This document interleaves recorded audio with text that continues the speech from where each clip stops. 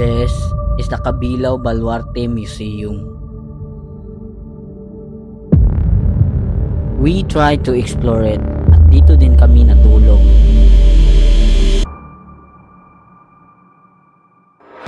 Sira-sira na ang mga bubong, may mga kalawangin na yero at mga bahagi nito ay wasak na. Maging ang mga bahay sa tabi nito ay mistulang lubos ng inabandona. Basag ang mga bitana, maluwang ang mga pinto at unti-unti nang bumibigay ang kanilang istruktura sa katandaan. Ang makapal na damo at naggalat ng mga debris ay lalo pang nagbibigay ng nakakakilabot na atmosfera.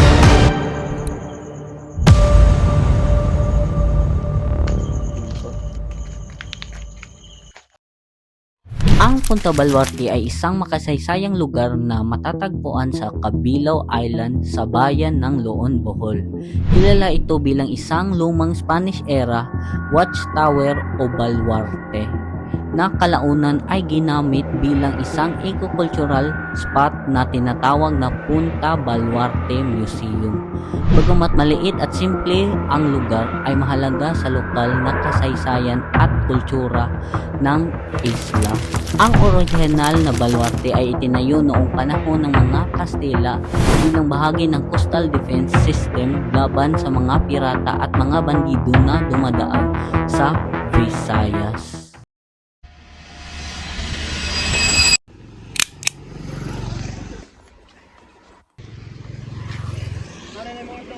Papunta kami ngayon sa Cabilao. Bandang 4 na ng hapon nang bumiyahe kami papuntang Cabilao. Medyo nagmamadali na rin kami dahil ayaw namin maabutan ng dilim sa daan.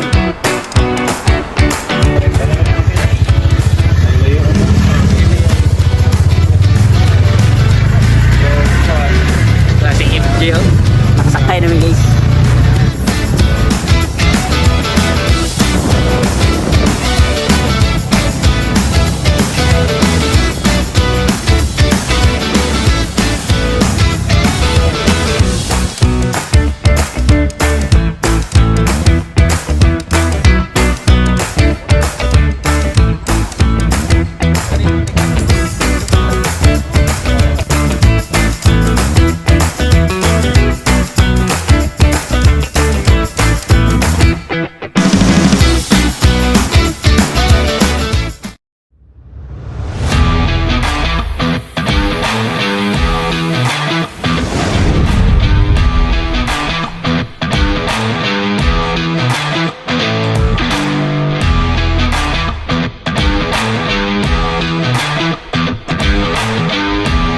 Sakay na kami ng pambot at pambot.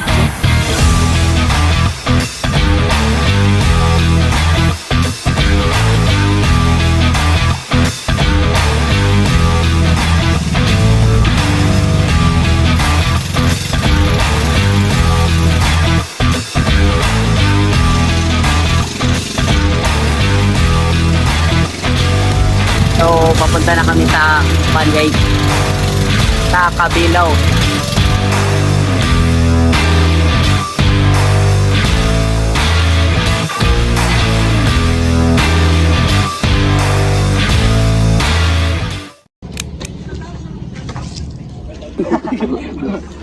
So, abot kami sa Cabilao guys. Cabilao. Pagdating namin sa Cabilao, dali-dali kaming naglakad patungong Baluarte para hindi na kami maabutan ng dilim sa daan at para hindi madilim pag nag-set up kami ng matutulugan.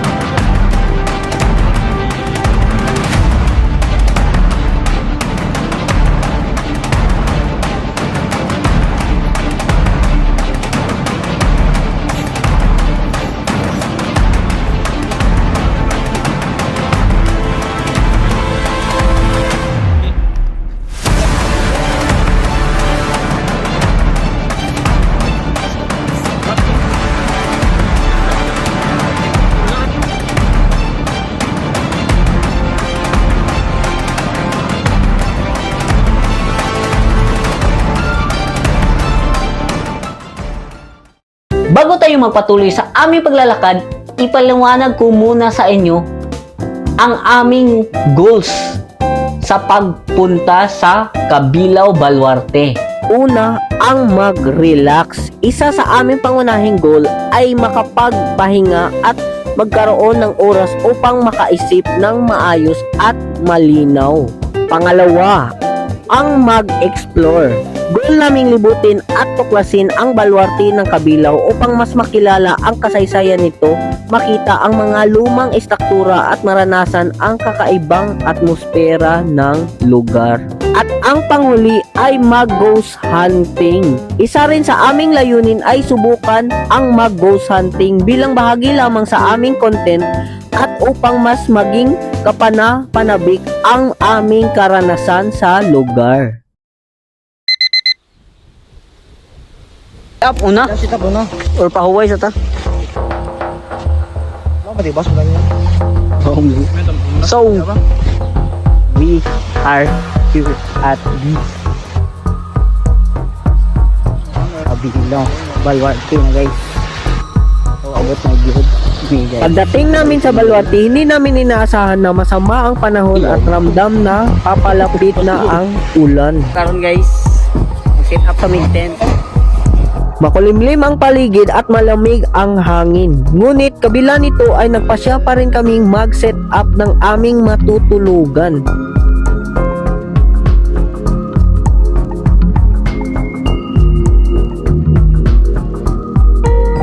So what's up guys, karon tapos naman may gama sa tent, mga on na sab ni guys.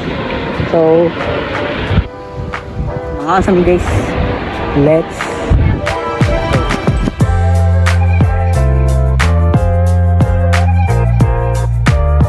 chill muna kami dito kay Onya mag hunted amang ghost hunting. Yes! Yawa! Mag ghost hunting. So abangan nyo guys. So nai-abandon na ito. Abandon? Ha? Ha? Creepy no? Creepy ko no? Okay, Creepy. Creepy ko no guys. Mo nang among imbestigaran. Mag-ghost hunting ni. So mga 12 pa may mag-ghost hunting guys. So abangan nyo guys. Let's go. What's up guys? Dihuan tayo guys. Namalipin eh. So baguan. Malin mo diri sa abandoned museum. So ano tayo? So mag-andam sa diri. Guys, let's go. Di pang basta. Okay. What's up guys? It's 3 a.m. in the early morning. Early bird. So, ngayon guys, 3 a.m. na. Doon na sa likod sa museum. Doon na guys. Habang naglalakad kami ay may napansin kaming sulat sa likod ng museum.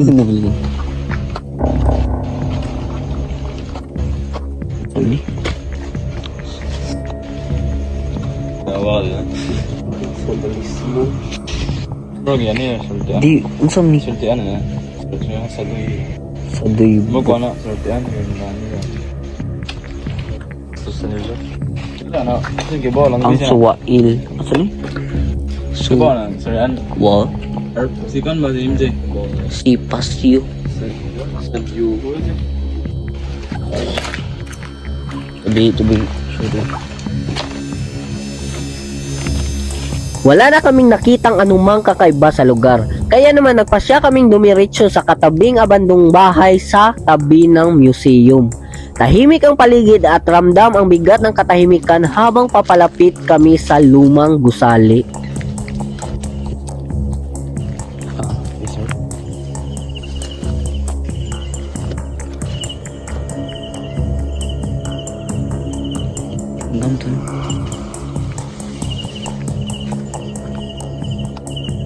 Pagpasok namin dito, sobrang sira na ang gusali.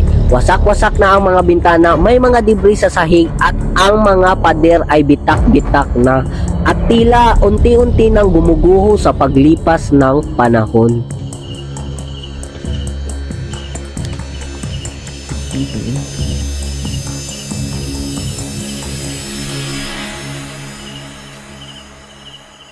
Ikan dito. Kaya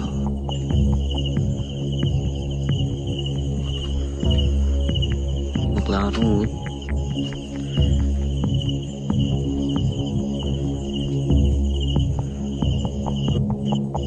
Sa kamera. Hindi mo no. Yung hangin. Di maklaro naman. Mari ko na. Tabi.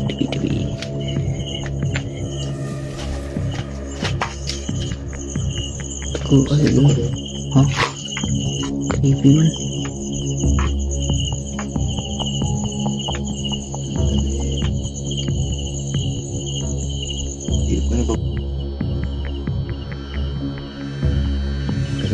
Masita.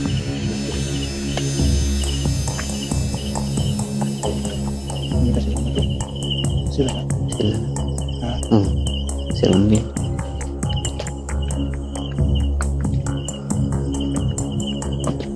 Hindi ako kasi matundog lang. Sila.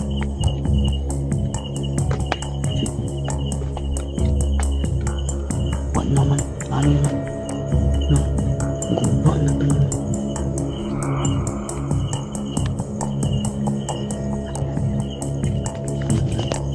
Sila na. Sila.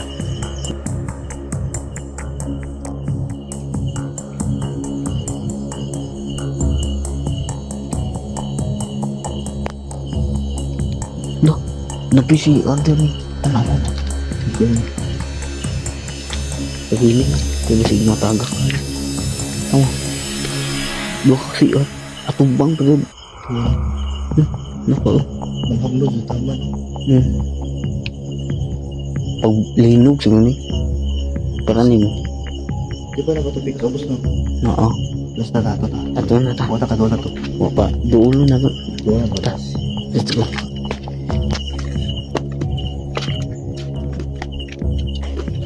Doon ka naman nila.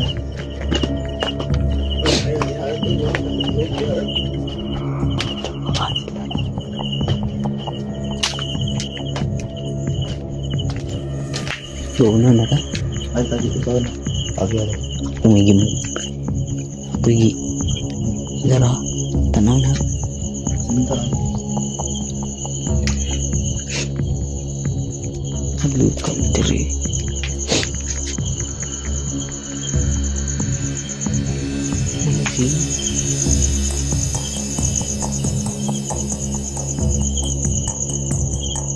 Ay.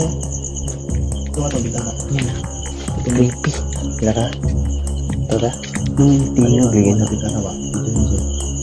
Alam mo din ako. Hindi. Ay, kailangan ka. Doon ka ng bubong. Duk na. Baka na ka. Kira? Tara. Iba.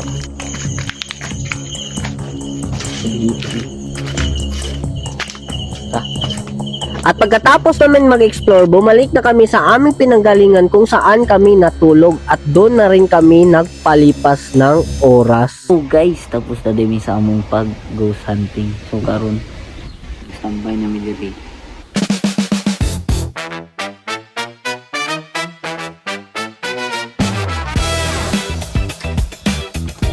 Up guys. We're back in action guys. Kinaumagahan, sabay-sabay kaming kumain ng almusal. Pagkatapos nito, maingat namin inayos ang mga gamit at sinigurong kumpleto ang lahat.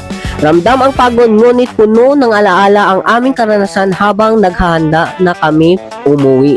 Ang Baluarte ay hindi lang isang abandonadong gusali. Isa ito paalala na ang panahon ay patuloy na umuusad, pero ang mga alaala ay nananatili. Kaya saan man tayo dalhin ng ating paglalakbay, laging tandaan, stay safe, be humble, and always remember, be positive.